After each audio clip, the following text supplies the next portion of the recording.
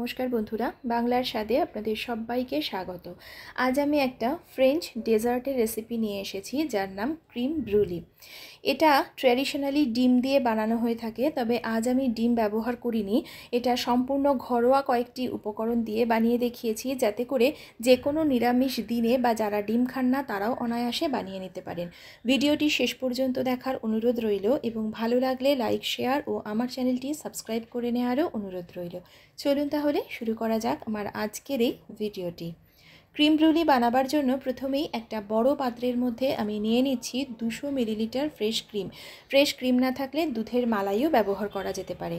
এখন আমি এর মধ্যে দিয়ে দিচ্ছি 100 মিলিলিটার ফুল ফ্যাট দুধ।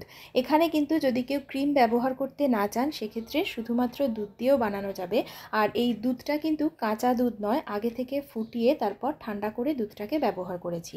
এবার এর মধ্যে দিয়ে দিচ্ছি 3 টেবিল চামচ পরিমাণে চিনি। চিনিটা কিন্তু অবশ্যই নিজেদের স্বাদ অনুযায়ী বাড়িয়ে বা কমিয়ে নিতে পারেন। এখন এতে দিয়ে দিচ্ছি 1.5 চা চামচ পরিমাণে কর্নফ্লাওয়ার এবং 1/2 চা চামচ পরিমাণে ভ্যানিলা এসেন্স। এখন একটা হ্যান্ড হুইস্কারের সাহায্যে খুব ভালো করে সমস্ত কিছুকে একসাথে একটু ফেটিয়ে নিচ্ছি। আমি এখানে দানা চিনি ব্যবহার করেছি, তাই সেই চিনিটা যতক্ষণ পর্যন্ত না সম্পূর্ণভাবে মেল্ট হচ্ছে ততক্ষণ পর্যন্ত এটাকে ভালো করে ফেটিয়ে নেব। আপনারা কাজটা মিক্সিতেও করে নিতে পারেন, বা কেউ যদি ক্যাস্টার সুগার অথবা পাউডার সুগার ব্যবহার করেন সেক্ষেত্রে এটা কিন্তু খুব তাড়াতাড়ি মিশে যাবে। সমস্ত কিছু খুব ভালো করে মিশিয়ে নেওয়া হয়ে গেছে। এখন আপনাদের একটু দেখিয়ে দিই, দেখুন চিনিটা কিন্তু সম্পূর্ণ ভালোভাবে এর মধ্যে মেল্ট হয়ে গেছে, কোনো দানা কিন্তু এতে অবশিষ্ট নেই। আসলে এই মিষ্টিটাকে স্টিম করে বানাতে হয়, সেজন্য এখন এটা স্টিম করতে দেব। সেজন্য একটা সেরামিকের পাত্র আমি নিয়ে নিয়েছি। আপনারা এটাকে চাইলে কিন্তু মাইক্রো ওভেনেও স্টিম করে নিতে পারেন। আমি মাইক্রো ওভেনে না করে আজকে এটা গ্যাসেই দেখাবো, যাতে করে সবাই এই মিষ্টিটা বানিয়ে খেতে পারেন। একটা পাত্র ভরে নিয়েছি, আরও একটা পাত্রের মধ্যে আমি এটা ভরে নিচ্ছি, আর আপনারা চাইলে যে কোনো পাত্রের মধ্যে এটাকে ভরে নিতে পারেন। এখন স্টিমারটা রেডি করব, সেজন্য একটা বড় কড়াইয়ের মাঝখানে খাবার রাখার স্ট্যান্ড দিয়ে তার মধ্যে কিছুটা জল দিয়ে দিচ্ছি। খেয়াল রাখবেন এই স্ট্যান্ডের নিচ পর্যন্ত যেন জলটা থাকে। এবার ঢাকা দিয়ে হাই ফ্লেমে জলটাকে ভালো করে একটু গরম হওয়ার জন্য রেখে দিচ্ছি। জলটা যতক্ষণে গরম হচ্ছে ততক্ষণে আমি এখানে এই পাত্রগুলোর মুখটাকে অ্যালুমিনিয়াম ফয়েল দিয়ে আটকে দিচ্ছি, যাতে করে স্টিম করার সময় এর মধ্যে কোনোভাবেই না জল এসে পড়তে পারে। যদি আপনাদের কাছে অ্যালুমিনিয়াম ফয়েল না থাকে সেক্ষেত্রে যে কোনো সাদা কাগজ, রাবার ব্যান্ড দিয়ে আটকেও নিতে পারেন। এদিকে দেখুন জলটা ভালোভাবে গরম হয়ে ফুটতে শুরু করেছে। এখন আমি এর মধ্যে এই যে স্ট্যান্ডটা রেখেছি তার উপরে এরকম একটা ছিদ্রযুক্ত থালা বসিয়ে দিলাম। এরকম ধরনের বাটি বা থালা আমাদের বাড়িতে কিন্তু প্রায় প্রত্যেকেরই থাকে। আপনারা চাইলে মোমো স্টিমারেও স্টিম করে নিতে পারেন। এখন সাবধানে পাত্র দুটো বসিয়ে ঢাকনা দিয়ে ঢেকে মিডিয়াম ফ্লেমে 30 থেকে 40 মিনিটের জন্য এটাকে স্টিম করব। 30-40 মিনিট পর এটাকে আমি এখান থেকে বের করে সম্পূর্ণ রুম টেম্পারেচারে এনে তারপর আপনাদের দেখাচ্ছি।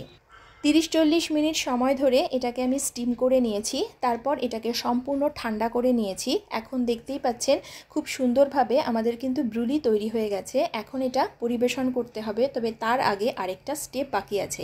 এর ওপর থেকে চিনি ক্যারামেল করে দিয়ে তারপর এটা পরিবেশন করা হয়।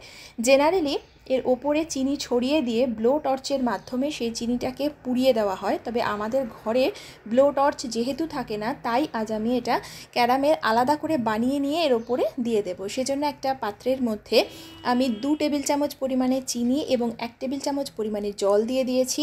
তারপর যখন ধীরে ধীরে এর মধ্যে বাবলস হতে শুরু করেছে সেই সময় গ্যাসের ফ্লেমটাকে একদম লোতে রেখে একটা চামচ দিয়ে ভালোভাবে নাড়াচাড়া করতে করতে চিনিটাকে সম্পূর্ণভাবে গলে যাওয়া পর্যন্ত অপেক্ষা করব। গ্যাসের জোর কিন্তু একদম বাড়ানো যাবে না। এখন দেখুন ক্যারামেল সসটা রেডি হয়ে গেছে। এর থেকে বেশি ডার্ক করব না, না হলে এটা খেতে তিতো লাগবে। গ্যাসের ফ্লেমটাকে অফ করে দিয়ে এখন এই ক্যারামেল সসটাকে ওপর থেকে আমি ঢেলে দিচ্ছি। খেয়াল রাখবেন ব্রুলিটা যেন এই সময় সম্পূর্ণ ঠান্ডা থাকে। এটা যদি একটুও গরম থাকে তাহলে কিন্তু ক্যারামেল সসটা দেওয়ার সাথে সাথে এটা গলে এর সঙ্গে মিশে যাবে। আর এটা ঢালতে ঢালতে যদি একটু শক্ত হয়ে গিয়ে থাকে তাহলে গ্যাসে বসিয়ে একটু গরম করে নিলেই কিন্তু আবারও আগের মতো লিকুইড হয়ে যাবে। এখন এটা ফ্রিজে রেখে ঠান্ডা করে তারপর পরিবেশন করে দেখাচ্ছি। দেখতেই পাচ্ছেন ওপর থেকে এটা সম্পূর্ণ শক্ত হয়ে গেছে। এখন এভাবেই এটাকে ঠান্ডা ঠান্ডা পরিবেশন করতে হবে। রেসিপিটি আপনাদের কেমন লাগলো আমাকে কমেন্ট করে জানাবেন, এবং আমার রেসিপিটি শেষ পর্যন্ত দেখার জন্য আপনাদের সকলকে জানাই অসংখ্য ধন্যবাদ।